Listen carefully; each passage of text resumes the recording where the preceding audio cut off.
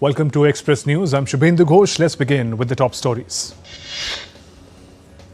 India's Home Minister Amit Shah virtually inaugurated and laid foundation stones for developmental projects being carried out by the Railways and Gujarat government. India's Minister of Commerce and Industry Piyush Goyal delivered the keynote address at the RISE Conference 2025. He urged creativity industry to take India's story to the world. The Indian Space Research Organisation has successfully completed the undocking of the SpaceX satellites. Taking to the social media account on X, the organisation also revealed the key sequence of the events. Indian Minister of Science and Technology, Earth Sciences, Dr. Jitendra Singh congratulated ISRO for the achievement. The minister noted Prime Minister Modi's continuous patronage keeps the spirits soaring. India's bullet train project continues to make steady progress. The first high-speed rail line in India, once completed, will significantly reduce the travel time between the two cities, providing a modern, efficient and sustainable mode of transportation. In run-up to the International Yoga Day 2025, Ministry of Ayush and Morarji Desai National Institute of Yoga inaugurated the 11th edition of Yoga Mahotsav 2025. India's Minister of State for Health and Family Welfare, Pratap Rao Jadhav, recalled the untiring efforts and initiative of Prime Minister Modi in making International Yoga Day a global phenomenon. Indian Navy's motor car rally on Thursday reached INS Adyar in Chennai. The expedition was flagged off from INS Netaji in Kolkata on 3rd March, will conclude after travelling to Kanyakumari and back to Chennai on 21st March. Indian Army, J&K Police and CRPF conducted a joint search operation in Bandipora, arresting 2 suspects. Weapons and ammunition, including a pistol, grenades and AK magazine, were recovered. The CBI has taken over the probe into the actress Rania Rao's gold smuggling case following DRI's complaint. Authorities also seized gold worth over 2 crore rupees and cash from her residence. The crime branch team of West Indian state of Gujarat seized illegally imported drugs worth over rupees 3 crores in Ahmedabad city that were illegally imported from the US, Canada and Thailand. India will be hosting Waves, a premier global event that brings together the entire media and entertainment sector in Mumbai from 1st of May to the 4th of May on 2025. The summit aims to connect India's M&E industry with global market and to become a global convergence summit for the media and entertainment industry. Union Ministers Dr. S. Jaishankar and Ashwini Vaishnav will host Maharashtra Chief Minister Devendra Fadnavis to spell out the benefits of Waves as a global platform to more than 100 ambassadors and high commissioners in New Delhi on Thursday. As part of Waves, the Global Media Dialogue will be held on 2nd May 2025 in Mumbai and aims to bring together global leaders, policymakers, industry stakeholders, media professionals and artists to engage in a constructive and dynamic dialogue aimed at shaping the future of audio-visual entertainment sectors. Waves Bazaar was launched on January 27th and is a revolutionary online marketplace designed to connect professionals, businesses and creators across the global entertainment ecosystem. The Waves Bazaar is one-of-a-kind marketplace that brings together stakeholders from across the media and entertainment spectrum and acts as a bridge between buyers and sellers. Waves Bazaar is structured into multiple verticals, each tailored to cater to a specific segment of the media and entertainment industry. The bazaar eliminates geographical barriers and offers a structured, category-specific marketplace. The platform ensures that industry players find the right partners faster, negotiate better deals and maximize their business potential. Waves Bazaar allows startup investors to collaborate at a global e-marketplace. Let's turn to the business stories. Indian equity indices ended on a negative note with Nifty below 22,400 on Thursday. At close, the Sensex was down 201 points and Nifty was down 73 points. Indian rupee ended 21 paise higher at 87 per dollar on Thursday. Gold futures maturing on April 4th were priced at 86,844 rupees per 10 grams on the multi-commodity exchange. Silver futures for May 5th maturity stood at rupees 99,250 per kilogram on the MCX.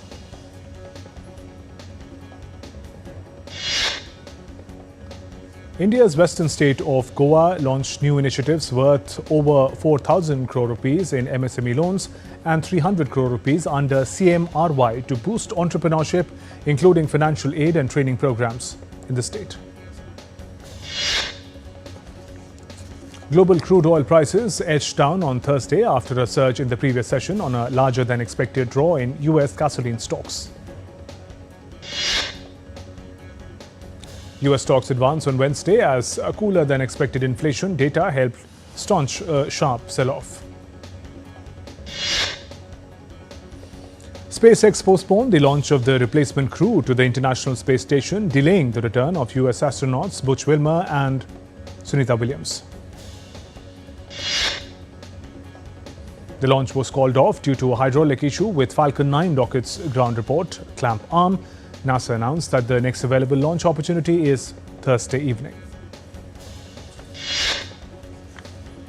Stocks sank in Asia on Thursday, reversing the initial gains as worries about the economic impact of President Trump's trade policies overtook early optimism from a tepid reading of US inflation. US President Trump hosted Irish Prime Minister Michael Martin on Wednesday. Both the leaders participated in the traditional shamrock presentation at an early St. Patrick's Day celebration. Irish Prime Minister praised Trump's active efforts towards achieving peace in Ukraine and West Asia and said that aid is also needed to be surged into Gaza. In a meeting with Irish Prime Minister Martin, Trump vowed to respond to European Union's threat to impose counter tariffs on 26 billion euros worth of American goods from next month after Trump implemented blanket tariffs on steel and aluminium imports. In response to US tariffs on steel and aluminium, the European Union said it will impose counter tariffs on 26 billion euros worth of US goods from next month. Incoming Prime Minister Mark Carney visited steel plant in Hamilton, Ontario on Wednesday, and Canada has also announced $29.8 billion Canadian dollars in retaliatory tariffs on the US effective Thursday. Mexican President Claudia Sheinbaum said her country will not immediately retaliate against steel and aluminium tariffs imposed by Trump, adding that she will wait until April 12th. Arab foreign ministers met in Qatar on Wednesday with US Middle East envoy Steve Witkoff to discuss reconstruction for Gaza and agreed to continue consultations and coordination on the plan. Replying to a question in the White House, US President Donald Trump said on Wednesday that nobody is expelling any Palestinian from Gaza. Iran Supreme Leader Ayatollah Ali Khamenei on Wednesday rejected holding negotiations with the United States over a nuclear deal. G7 foreign ministers meet in Canada to address Russia-Ukraine war, while US Secretary Mark Rubio dismisses concerns about a potential US takeover of Canada. US President Donald Trump has expressed optimism that American negotiators could secure ceasefire in the Ukraine conflict. Russian President Vladimir Putin visited the western Russian region of Kursk for the first time since Ukrainian forces seized some territory in the region. Members of the French National Assembly adopted a resolution on strengthening support for Ukraine, including a call to seize frozen Russian assets, which the government opposes. The Trump administration is poised to eliminate environmental justice offices which address pollution in low-income and minority communities. Major Ecuadorian indigenous organization CONE and leftist social organization said on Wednesday they will not support incumbent Daniel Noboa as president in April runoff. Angola will host the talks between Congo and Rwanda-backed M23 armed group will begin in Luanda on March 18th as previous rounds of peace talks failed to halt the fighting between both the sides. Pakistani security forces stormed a train hijacked by separatist Baloch gunmen, killing all 33 attackers and ending a 30-hours-long standoff with hundreds of hostages involved. More than 340 train passengers taken hostage were freed. Long queues of vehicles have been forming at gas stations across Bolivia this week as citizens struggle to secure fuel amid severe shortage. UN Secretary-General Antonio Guterres is set to arrive on a 4-day official visit to Bangladesh to witness the Rohingya refugee camp situation. Doctors say Pope Francis is showing signs of improvement. He prepares to mark 1 month in hospital on Friday. And we're heading for a short break. There's more coming up in Express News. Stay with us.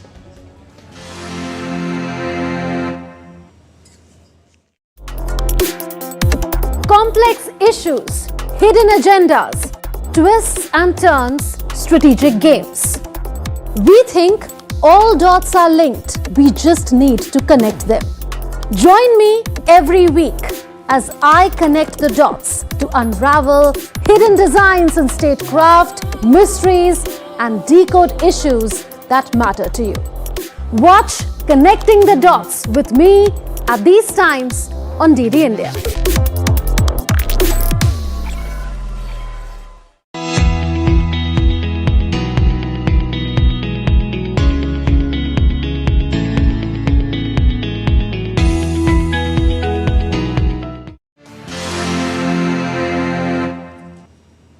Welcome back. You're watching Express News. Let's turn to the remaining stories.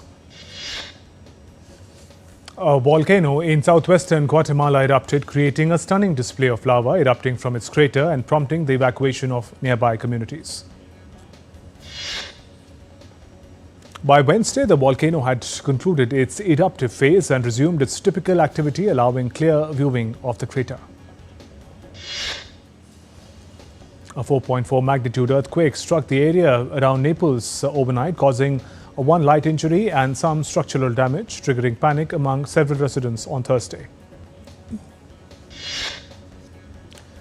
The National Disaster Mitigation Agency of Indonesian province of West Java has reported 5 people dead, 4 missing due to floods and landslides. The flood and landslides affected 12 villages, while 30 other villages in 22 districts were impacted by the landslides in Indonesia. At least 13 people were killed and 20 more injured when a bus crashed into a rock and veered off the road in Bolivia's western Potosi region due to landslides caused by heavy rainfall across the region. Dense fog blanketed Dindigul district of South Indian state of Tamil Nadu, severely lowering visibility. The India Met Department predicted minimum temperatures to be at around 22 degrees Celsius with generally cloudy conditions and possibility of light rain or thunderstorm. Srinagar in India's union territory of Jammu and Kashmir saw low-hanging clouds bringing light rains. IMD predicted light rain in the city till 16th of March. Large number of tourists thronged Jammu and Kashmir's Guldanda meadow to enjoy snow after restoration of the Bhadarwah-Basholi-Pathankot National Highway. According to IMD, rain is anticipated in North India, including Delhi NCR, and in parts of Punjab, Haryana, Rajasthan, West and Uttar Pradesh on Friday. In a heartwarming display of women's empowerment and traditional craftsmanship, women in Chhindwara are engaged in creating herbal gulal from natural ingredients like tesu, rose and turmeric. The Holi Abhinandan program celebrations have begun in India's northern city of Dehradun, marking the start of one of the most vibrant and joyous festivities. Revelers celebrate Flower Holi in Indian city of Ahmedabad, experiencing the unique and eco-friendly way the city celebrates the festival of colours. A sweet shop in Indian city of Lucknow has made history by entering into India's Book of Records by making the world's largest gujia, weighing 6 kg, measuring 25 inches ahead of Holi festivities. Preparation work for Asia's most popular tulip garden is in full swing in Srinagar. This year, the garden will feature over 1.5 million tulip bulbs in 73 varieties. The Tulip Festival, which typically lasts for 15 days to a month, showcases the beauty of tulips, carpeting the terrace slopes in an awe-inspiring display of colors and fragrances. The much-awaited Falguni Utsav has begun in the picturesque Kinnaur region of Himachal Pradesh, ushering in vibrant celebrations of spring, tradition and community. The annual festival, deeply rooted in the culture of the region, marks the start of the season with joyous festivities that bring together locals and visitors alike. A British man has set off on his latest challenge to run the length of New Zealand. 27-year-old adventurer Russ Cook found fame in 2024 when he ran the entire length of Africa. A brand new, quick-thinking interactive humanoid robot has been unveiled in Shanghai, China. The Chinese humanoid robot is catching attention for its wide range of performing capabilities, including riding a bicycle and even carrying out a delicate task such as using a needle and a thread. Boa Matuat Coffee Festival kicked off in Vietnam as part of the festival Boa Don Elephant Festival. 2025 was organized where 6 elephants participated in races, football and river crossing. Boki, a 3-year-old brown bear who underwent brain surgery in October last year, has woken up from hibernation in a healthy condition and is playing with toys. Boki had been suffering from seizures, was diagnosed with hydrocephalus, having excess fluid in the brain. In an innovative approach to healthcare, doctors in Switzerland are encouraging patients to engage in strolls through public gardens and visit art and history exhibits for people dealing with mental health conditions like depression and chronic illnesses. Stranger Things star Sadie Sink has joined the cast of the highly anticipated Spider-Man 4 alongside Tom Holland. A movie reboot of the Stephen King novel Cujo is making. Netflix has given a green light to the project, which will be produced by Roy Lee. Departing Glances actor Steve Buscemi has joined the star-studded cast of Wild Horse 9, a Searchlight feature being directed by Martin McDonagh. Netflix has reportedly begun casting for its highly anticipated Chronicles of Narnia film, revealing that Daniel Craig has been offered a role in the upcoming adaptation. American filmmakers and brothers Anthony and Joe Russo, the directing team behind the Marvel's Avengers: Infinity War and Endgame, aim to transport audiences to an alternate timeline in their film The Electric State, which begins streaming on Netflix on Friday. Actor Alec Baldwin and his wife Valeria, rapper 50 Cent and comedian Pete Davidson were among the celebrities walking the red carpet of the grand opening of the Planet Hollywood restaurant in New York.